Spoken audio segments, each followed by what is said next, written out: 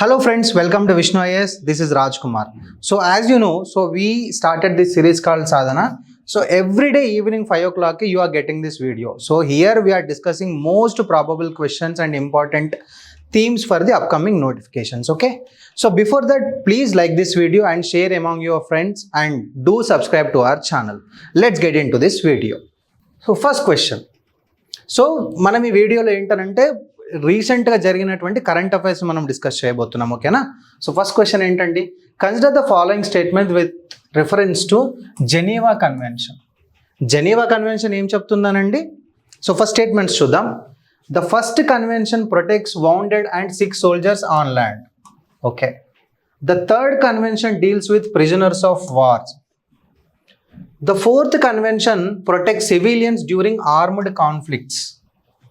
The second convention applies to war at sea. So, how many of the above statements are correct? So, actually గా చూసుకుంటే Geneva convention ఏంటంటే ఏదైనా ఒక war యుద్ధం జరుగుతున్నటువంటి ప్లేస్లో లేకపోతే యుద్ధం జరుగుతున్నటువంటి దేశాల్లో సివిలియన్స్ ఎవరైతే ఉన్నారో అంటే యుద్ధంలో పార్టిసిపేట్ చేయకుండా ఎవరైతే ఉన్నారో అది మెడికల్ స్టాఫ్ కానివ్వండి లేకపోతే సామాన్య ప్రజలు కానివ్వండి వీళ్ళందరికీ కూడా ప్రొటెక్ట్ చేయడానికి ఈ జెనీవా కన్వెన్షన్ అనేది తీసుకురావడం జరిగింది. అఫ్ కోర్స్ దీంట్లో 4 కన్వెన్షన్స్ ఉన్నాయి. అవి చూసుకుంటే 1, 2, 3, 4లో ఇచ్చినటువంటి అన్ని స్టేట్మెంట్స్ కూడా కరెక్టే. ఓకేనా? సో దీన్ని మనం ఏంటనేది చూద్దాం. Geneva Convention are set of international treaties that establish standards of humanitarian treatment. మానవతా దృక్పథంతో ఉండాలి at the time of war. ఎందుకనంటే protect people who are not taking part in the fighting. ఎవరైతే యుద్ధంలో ఫైటింగ్లో పార్టిసిపేట్ చేయట్లేదో వాళ్ళని ప్రొటెక్ట్ చేయడానికి ఇది లైక్ సివిలియన్ సామాన్య ప్రజలు కావచ్చు, మెడికల్ పర్సనల్ కావచ్చు, ఎయిడ్ వర్కర్, సపోర్టింగ్ స్టాఫ్ కావచ్చు, and those who are no longer participating in the conflict like wounded soldiers. యుద్ధం చేస్తున్నా సరే వాళ్ళకి దెబ్బ తగిలి పక్కకున్నాడంటే వాళ్ళని ప్రొటెక్ట్ చేయాలి. అండ్ ప్రిజనర్స్ ఆఫ్ వార్, యుద్ధం జరిగినప్పుడు వేరే దేశాల వాళ్ళని మనం యుద్ధ ఖైదీలుగా తెచ్చుకుంటాం. సో అట్లాంటి వాళ్ళని కూడా. ఓకేనా? So the first Geneva convention was signed in 1864లో స్విట్జర్లాండ్లో ఇది జరిగింది. Inspired by the work of Henry Dunant. ఎవరైనా అంటే రెడ్ క్రాస్ని స్థాపించినటువంటి వ్యక్తి. ఓకేనా? ఆ తర్వాత ఫస్ట్ వచ్చింది. దెన్ తర్వాత రిమైనింగ్ 3 ఏవైతే ఉన్నాయో అవి 1949 తర్వాత యాడ్ చేయబడ్డాయి. Okay. So the first convention ఏంటంటే ఆన్ ల్యాండ్, భూమి మీద, వౌండెడ్ అంటే దెబ్బ తగిలిన సోల్జర్స్ ఎవరైతే ఉన్నారో అండ్ సిక్ సోల్జర్స్ వీళ్ళని సేవ్ చేయడం ఫస్ట్ కన్వెన్షన్. సెకండ్ కన్వెన్షన్ వచ్చేసరికి wounded, sick and shipwrecked military personnel at sea. First land, second sea. Third convention protects prisoners of war. Fourth convention protect civilians especially those in occupied territories or war zones. చూసుకోండి, first land, second sea, third prisoners of war, fourth territories and war జోన్లో ఎవరైతే occupy చేస్తున్నారో occupied territories ఎవరైతే ఉన్నాయో స్వాధీనం చేసుకున్నటువంటి areas ఏవైతే ఉన్నాయో దాంట్లో సివిలియన్స్ ప్రొటెక్ట్ చేయడం. ఈ 4 conventions like very very important. 1949. ఓకేనా? నెక్స్ట్ క్వశ్చన్ చూద్దాం. నెక్స్ట్ క్వశ్చన్ ఏంటండి, the council of Europe framework convention on artificial intelligence recently scene in news ఈ సిగ్నిఫికెంట్ బికాస్ ఆర్టిఫిషియల్ ఇంటెలిజెన్స్ మీద ఫస్ట్ టైం ఇంటర్నేషనల్ లెవెల్లో వచ్చినటువంటి ఏదైనా కన్వెన్షన్ ఉంది అని అంటే అది ఇదే. మనకు ఆర్టిఫిషియల్ ఇంటెలిజెన్స్ ఏంటనో తెలుసు, దాని గురించి పాజిటివ్స్ ఉన్నాయి, నెగిటివ్స్ ఉన్నాయి, గుడ్ ఇంపాక్ట్ ఉంది, బ్యాడ్ ఇంపాక్ట్ ఉంది. సో దాన్ని రెగ్యులేట్ చేయడానికి ఫస్ట్ ఇంటర్నేషనల్ ట్రీటీ అనమాట ఇది. ఏంటది? Council of Europe framework convention on artificial intelligence. Statements ఏంటండి?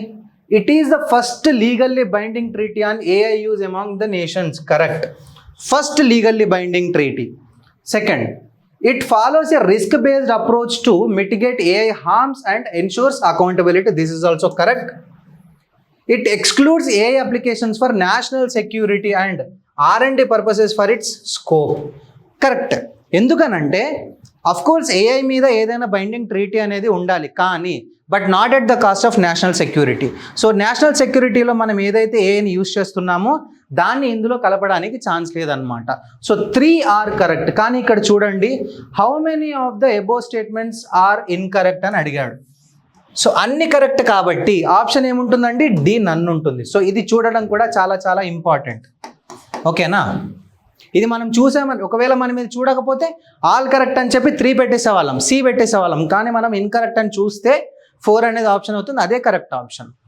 Next, the council of Europe's framework convention on artificial intelligence 2024లో జరిగింది first international legally binding treaty.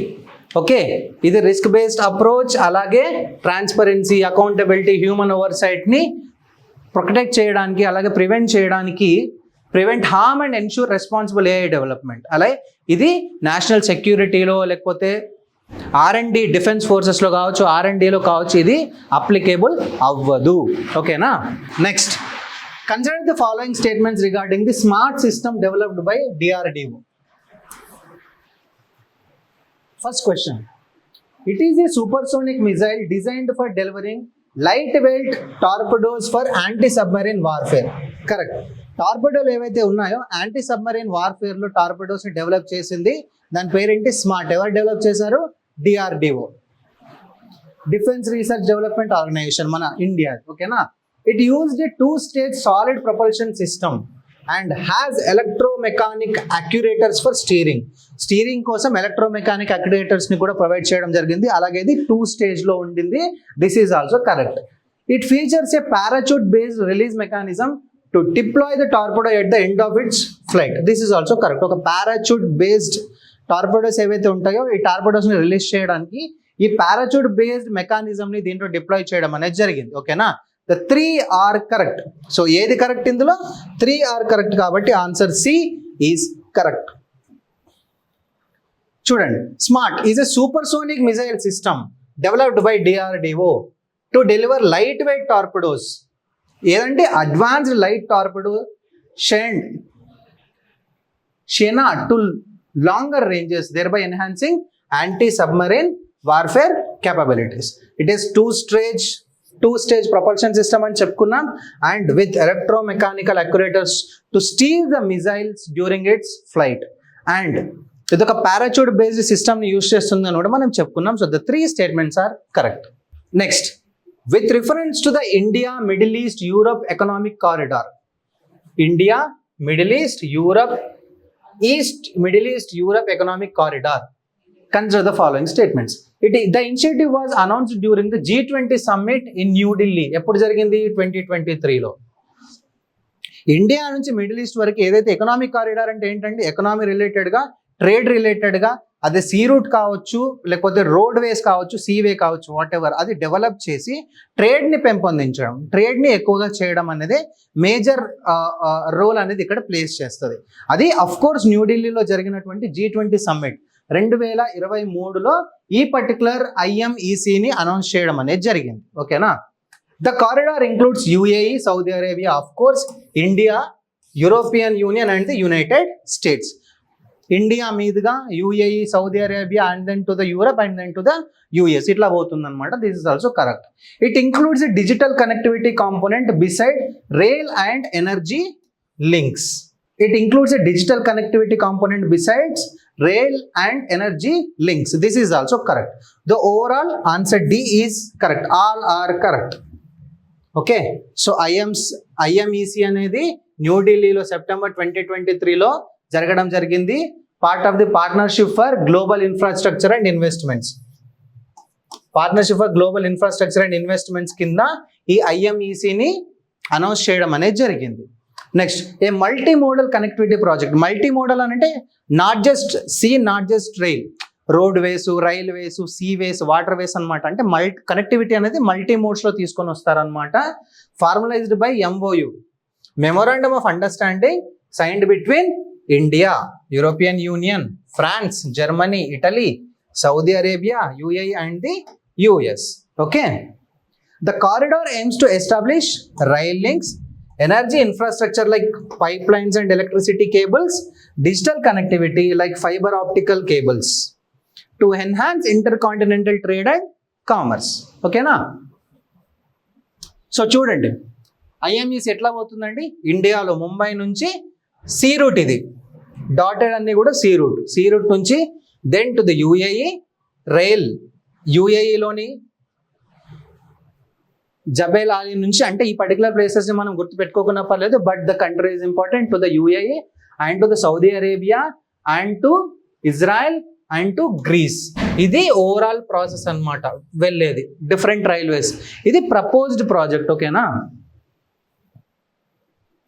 Next question, which of the following are likely objectives of India's participation in multilateral security dialogue such as quad and I2U2? ఈ groupings అని quad కానీ I2U2 కానీ SAARC కానీ ఈ groupings అని ఎందుకనంటే to exchange the రిలేషన్షిప్ని పెంపొందించుకోవడానికి, ఎకనామికల్గా support చేసుకోవడానికి, అలాగే ట్రేడ్ అండ్ కామర్స్ని పెంచుకోవడానికి ఈ గ్రూపింగ్స్ ఏర్పడతాయి అన్నమాట. గ్రూపింగ్స్ ఏర్పడి కలెక్టివ్గా కంట్రీస్ని డెవలప్ చేసుకోవడానికి ఇట్లాంటి గ్రూపింగ్స్ అనేవి ఏర్పడతాయి. చూద్దామా, ఏ గ్రూపింగ్ కూడా క్వాడ్ కానీ అంటే ఇండియా కూడా చాలా గ్రూప్స్లో ఒక మెంబర్గా ఉంది, కానీ చాలా గ్రూప్స్లో ఉన్నప్పటికీ కూడా ఏ గ్రూప్ తక్కువ కాదు, ఏ గ్రూప్ ఎక్కువ కాదు, ప్రతిదీ కూడా ప్రతి కంట్రీకి చాలా చాలా ఇంపార్టెంట్. ఓకేనా? సో చూద్దాం, ensuring freedom of navigation and upholding rules based international maritime order. Correct. Promoting cooperation in emerging technologies, infrastructure and climate resilience. Correct. So cooperation అనేది, రిలేషన్షిప్ అనేది ఎకనామికల్గా ఉండొచ్చు, ఎన్విరాన్మెంటల్గా ఉండొచ్చు, ట్రేడ్ అండ్ కామర్స్లో ఉండొచ్చు, విత్ ఇతరత్ర వేరే డిఫరెంట్ సెక్టార్స్లో ఉన్నప్పటికీ కూడాను కలెక్టివ్ డెవలప్మెంట్ అనేది ఇంపార్టెంట్ అన్నమాట ఇక్కడ. Next, replacing SAARC as the principal regional grouping in South Asia. SAARC అంటే ఏంటంటే ఇండియా యొక్క నైబర్హుడ్స్ మాత్రం ఉన్నాయి సార్క్లో. ఓకేనా? కానీ క్వాడ్లో యుఎస్ ఉంది, జపాన్ ఉంది, ఆస్ట్రేలియా ఉంది, ఇండియా ఉంది. అండ్ I2U2లో ఇండియా ఉంది, ఇజ్రాయెల్ ఉంది, యుఏఈ ఉంది, యుఎస్ ఉంది. సో అంటే డిఫరెంట్ సెక్షన్స్. కానీ సౌత్ ఏషియాలో చూసుకున్నట్టయితే ఇండియా యొక్క నైబర్హుడ్ని చూసుకున్నట్టయితే సార్క్ని రీప్లేస్ చేయడానికి ఇవి ఏర్పాటు చేయబడలేదు. ఏ గ్రూపింగ్ అయినా కూడా వేరే దాన్ని రీప్లేస్ చేయడానికి ఏర్పరచబడవు. ఓకేనా? So A 1 and 2 are correct. One of the key objective of Quad is to promote free, open, inclusive and rules based Indo Pacific, especially ensuring freedom of navigation. Quad countries ఏంటంటే Pacific ఓషన్కి దగ్గరగా ఉన్నాయి కాబట్టి, so Pacific ocean రీజియన్లో navigation అనేది ఫ్రీగా ఉండే విధంగా చూసుకోవడానికి క్వాడ్ అనే గ్రూపింగ్ అనేది ఏర్పడింది. Because that is very much important in the South China Sea and the Indian Ocean region. Okay, Quad and I2U2లో India, Israel, UAE, USA grouping aim to foster collaboration in areas like technology, clean energy, infrastructure, climate action. మనం చెప్పుకున్నట్టు different సెక్టార్స్లో cooperation పెంపొందించడానికి ఈ groupings అనేవి ఏర్పడతాయి. But it is not proposed to replace SAARC. ఓకేనా? Clear కదా? So countries మళ్ళీ ఒకసారి చూసుకుందాం. క్వాడ్లో ఎవరున్నారు? India, US, Japan, Australia. I2U2 India, Israel, twice, UAE and United States.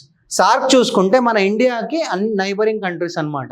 India ఇటు పక్క చూసుకుంటే పాకిస్తాన్ పక్కన ఆఫ్ఘనిస్తాన్. అటు సైడ్ రైట్ సైడ్ చూసుకుంటే భూటాన్ తర్వాత బంగ్లాదేశ్ తర్వాత నేపాల్. కిందికి వస్తే Sri Lanka and Maldives. 4 and 4 8 countries. సార్క్లో 8 countries. I2U2 4, Quad 4. This is how we need to understand the concepts. That's it for today, guys. Practice more number of MCQs so that will help you in the coming notifications. All the best.